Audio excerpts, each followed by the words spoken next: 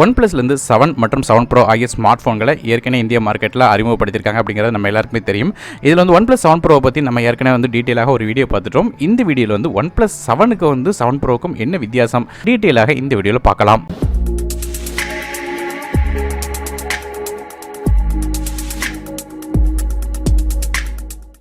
இந்த வீடியோ ஆரம்பிக்க முன்னாடி ஒரு சின்ன விஷயம் என்னென்னு கேட்டிங்கன்னா, OnePlus 7 Pro பற்றின வீடியோ பார்க்க நினச்சிங்கன்னா டிஸ்கிரிப்ஷனில் கீழே லிங்க்ஸ் கொடுத்துருக்கேன், செக் பண்ணி பார்த்துக்கோங்க.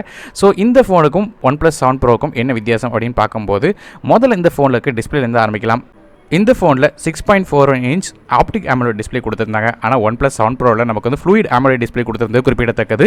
ஸோ அது மட்டும் இல்லாமல் இதோட ரெசல்யூஷன் போகிறது 1080p ரெசல்யூஷன் இருக்குது. 90:5:9 ஆஸ்பெக்ட் ரேஷியோ இருக்குது. 402 ppi டென்சிட்டியோட கொடுக்குறாங்க. கார்னிங் உள்ள கிளாஸோட ப்ரொடெக்ஷன் இருக்குது. DCP3 மாதிரியான ஃபீச்சர்ஸும் இருக்குது.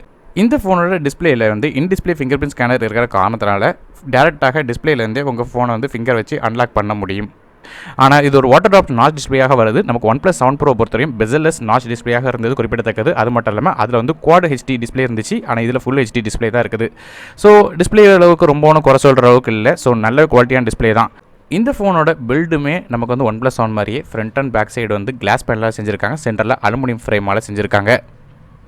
அடுத்ததாக இந்த ஃபோனோட ப்ராசர் பற்றி பேசும்போது இதுலேயுமே Qualcomm Snapdragon 855 ஆக்டோகோர் சிப்செட் தான் கொடுத்துருக்காங்க.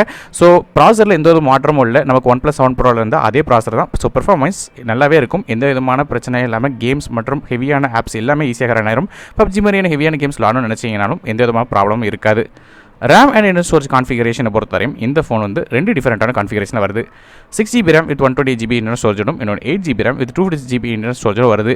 ஆனால் OnePlus 7 Proவில் நமக்கு 12GB RAM வெர்ஷன் இருந்தது குறிப்பிடத்தக்கது. ஸோ அடுத்ததாக இந்த ஃபோனோட கேமராவுக்கு வரும். ரியர் ஃபேஸிங்கில் OnePlus 7 Proக்கு நமக்கு ட்ரிபிள் கேமரா கொடுத்துருந்தாங்க. இதில் வந்து டியூவல் கேமரா தான் கொடுத்துருக்காங்க. இந்த OnePlus 7லேயுமே வந்து நமக்கு OnePlus 7 Proவில் பயன்படுத்தப்பட்ட அதே பிரைமரி சென்சார், அதாவது 48 mega pixel Sony IMX586 sensor தான் பயன்படுத்தியிருக்காங்க. இருந்தாலும் இதில் ஆப்பர்ச்சர் கொஞ்சம் வித்தியாசப்படுது. OnePlus 7 Proவில் ஆப்பர்ச்சரை பொறுத்தவரை f1.6 இருந்துச்சு. ஆனால் இதில் வந்து 1.7 தான் இருக்குது.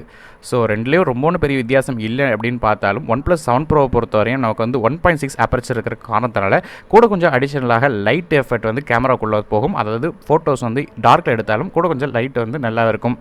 ஆனால் இந்த 14 மெகா பிக்சல் கேமரா குறை சொல்கிற அளவுக்கு இல்லை. கண்டிப்பாக இதுவுமே ஹாஃப் இன்ச் சென்சார் கொடுத்துருக்கிற காரணத்தினால எந்த விதமான பிரச்சனையும் இல்லாமல் ஃபோட்டோ குவாலிட்டி நல்லாவே இருக்கும். Face detection, auto focus, optical image stabilisation மாதிரியான சப்போர்ட் இருக்குது. ஆனால் ரெண்டாவது மூணாவது கேமராவுக்கு பதிலாக இதில் ரெண்டாவது கேமராவாக ஒரு 5 மெகா பிக்சல் டெப்த் சென்சார் கொடுத்துருக்காங்க வித் f2.4 ஆப்பர்ச்சரில். ஸோ ஆனால் நமக்கு OnePlus 7 Proவில் 8 மெகா பிக்சல் டெப்த் சென்சார் கொடுத்துருந்தது குறிப்பிடத்தக்கது. ஸோ மற்றபடி ரொம்ப ஒன்றும் பெரிய வித்தியாசம் இல்லைனாலும் இதில் வந்து ஒயிட் ஆங்கிள் ஷார்ட்ஸ் வந்து கேப்சர் பண்ணுறதுக்கு நமக்கு டெடிகேட்டடாக ஒயிட் ஆங்கிள் கேமரா கொடுக்கல. ஸோ இருந்தாலும் ஃபோட்டோட குவாலிட்டி நல்லாயிருக்கும். அது மட்டும் இல்லாமல் நமக்கு வீடியோ கேப்சரிங்கை பொறுத்தவரையும் 4K resolution video 30 frame per secondலையும் 60 ஃப்ரேம் per secondலையும் கேப்சர் பண்ண முடியும். 1080p ஃபுட்டேஜ் வந்து 240 ஃப்ரேம் per secondலையும் 720p ஃபுட்டேஜ் வந்து 480 ஃப்ரேம் per secondலையும் கேப்சர் பண்ண முடியும். அது மட்டும் இல்லாமல் கைரோஸ்கோபிக் கேட்டரிங் இமேஜ் ஸ்டெபிலைசேஷனும் சப்போர்ட்டாக இருக்குது. ஸோ ஃபோட்டோவில் மட்டும் தான் வித்தியாசம் இருக்குது, தவிர வீடியோ கேப்சரிங் அதே மாதிரி தான் இருக்க போகுது. ஸோ இந்த விதமாக பிரச்சனையே இல்லாமல் இருக்கும். அது மட்டும் இல்லாமல் செல்ஃபி கேமராவுக்கு வருதும். இதில் வந்து நமக்கு 16 megapixel front facing camera கொடுத்துருக்காங்க. வாட்டர் ட்ராப் நாச் லென்ஸில் வருது. f2.0 ஆப்பர்ச்சரில் இருக்குது. அதாவது வைட் ஆங்கிள் லென்ஸ் கொடுத்துருக்காங்க. ஆட்டோ HDR சப்போர்ட் இருக்குது. 1080p ஃபுட்டேஜ் வந்து 30 ஃப்ரேம் per second வரைக்கும் கேப்சர் பண்ண முடியும். அது மட்டும் இல்லாமல் கைரோஸ்கோபிக் கேட்டரிங் இமேஜ் ஸ்டெபிலைசேஷன் சப்போர்ட் இருக்கிற காலத்தில் ஃப்ரண்ட் ஃபேசிங்கில் எடுக்கிற வீடியோ ஷேக்கினஸ் இல்லாமல் இருக்கும். அதாவது OnePlus 7 Proவில் பயன்படுத்தப்பட்ட அதே கேமரா தான். என்ன அதில் வந்து மோட்டரைஸ் பாப்அப் செல்ஃபி கேமராவும் கொடுத்துருந்தாங்க. இதில் வந்து நாச்சில் கொடுத்துருக்காங்க. ஸோ செல்ஃபி கேமராவில் எந்த ஒரு வித்தியாசமும் இல்லை. கண்டிப்பாக குவாலிட்டி நல்லாவே இருக்கும். அடுத்ததாக இந்த ஃபோனில் பேட்டரிக்கு வரும். பேட்டரி பொறுத்தவரையும் இதில் வந்து 3700 mAh பேட்டரி தான் கொடுத்துருக்காங்க. ஆனால் OnePlus 7 Proவில் 4000 mAh பேட்டரி கொடுத்துருந்து குறிப்பிடத்தக்கது. ஸோ இதுலேயுமே 4000 mAh கொடுத்துருந்தா இன்னும் கொஞ்சம் நல்லா இருந்திருக்கும். இருந்தாலும் பரவாயில்ல. இது சார்ஜ் பண்ணுறதுக்கு நமக்கு 20 வாட் ஃபாஸ்ட் சார்ஜிங் சப்போர்ட் இருக்கிற காலத்தில் ரொம்ப வேகமாக சார்ஜ் ஆயிரும். ஸோ அது மட்டும் இல்லாமல் இந்த ஃபோனை வந்து சார்ஜ் பண்ணுறதுக்கு நமக்கு Type-C ரிவர்சிபிள் கனெக்டர் 3.1 வெர்ஷனில் கொடுத்துருக்காங்க. OTG சப்போர்ட்டும் இருக்குது. மற்றபடி NFC சப்போர்ட்டும் இதில் கொடுத்துருக்காங்க. ப்ளூடூத் வெர்ஷனை பொறுத்தவரை 5.0 சப்போர்ட் இருக்குது. டூயல் பேண்ட் வைஃபை மாதிரியான சப்போர்ட் இருக்குது. அடுத்ததாக இந்த ஃபோனில் உள்ள OSக்கு வரும். OSை பொறுத்தவரையும் இது Android 9.0 பையில் வந்து Oxygen OS 9 இன்டர்ஃபேஸில் ரன் ஆகிட்டு இருக்குது. கடைசியாக இந்த ஃபோனோட ப்ரைஸிங்க்கு வரும்.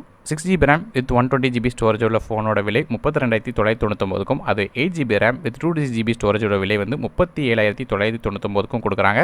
ஸோ இந்த ஃபோன் ஜூன் மாதத்துலேருந்து சேலுக்கு வரதா இருக்குது. Amazon.in வழியோட எக்ஸ்க்ளூசிவாக கிடைக்கும். ஸோ எதிர்பார்க்கப்படுது. லிங்க்ஸ் கீழே டிஸ்கிரிப்ஷனில் கொடுக்குறேன். ஸோ அதை யூஸ் பண்ணி வாங்கிக்கலாம். இந்த OnePlus 7 7 Pro கம்பேர் பண்ணி பார்த்தோன்னா என்னெல்லாம் வித்தியாசம் அப்படின்னு கேட்டிங்கன்னா கிட்டத்தட்ட சில டவுன்கிரேட்ஸ் இருக்குது. காம்ப்ரமைசஸை பொறுத்தவரையும் நமக்கு முதல்ல வந்து நமக்கு பெசலஸ் டிஸ்பிளே கிடையாது. அது மட்டும் இல்லாமல் நமக்கு வந்து ஃப்ரண்ட் சைடில் வந்து பாப்அப் செல்ஃபி கேமரா கிடையாது. அது மட்டும் இல்லாமல் நமக்கு வாட்டர் டாட் நாச் டிஸ்பிளே தான் கொடுத்துருக்காங்க. பேட்டரியை பொறுத்தவரைக்கும் நமக்கு வந்து 3700 mAh இந்த பேட்டரி தான் கொடுத்துருக்காங்க. 4000 mAh கொடுக்கல. அது மட்டும் இல்லாமல் நமக்கு ஃப்ரண்ட் ஸ்டீரியோ ஸ்பீக்கர் கிடையாது. அந்த பவர்ஃபுல்லான வைப்ரேஷன் மோட்டர் கிடையாது. அது மட்டும் இல்லாமல் கேமராலையும் நமக்கு வந்து ட்ரிபிள் கேமரா செட்டப் கிடைக்கல.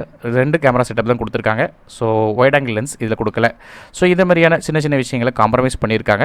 இருந்தாலும் கண்டிப்பாக அது ஒரு பவர்ஃபுல் ஸ்மார்ட் ஃபோன் தான். மற்ற பர்ஃபார்மன்ஸ் மாதிரியான விஷயங்களில் கண்டிப்பாக ரெண்டுலேயும் வித்தியாசம் வர போகிறதில்ல. ஸோ ஒருவேளை OnePlus 7 Pro உங்களுக்கு ரொம்ப காஸ்ட்லியாக இருக்குது அப்படின்னு நினைக்கிறவங்களுக்கு இந்த ஃபோன் வந்து ஒரு பெட்டரான ஆப்ஷனாக இருக்கும். ஸோ இந்த வீடியோ உங்களுக்கு பயனுள்ளதாக மறக்காமல் லைக் பண்ணுங்கள். உங்கள் ஃப்ரெண்ட்ஸ் அண்ட் ஃபேமிலிஸ்க்கு மறக்காமல் இந்த வீடியோ ஷேர் பண்ணுங்கள். அது மட்டும் சேனலை சப்ஸ்கிரைப் பண்ணிட்டு பார்க்கல பெல் ஐக்கனையும் ப்ரெஸ் பண்ணிடுங்க.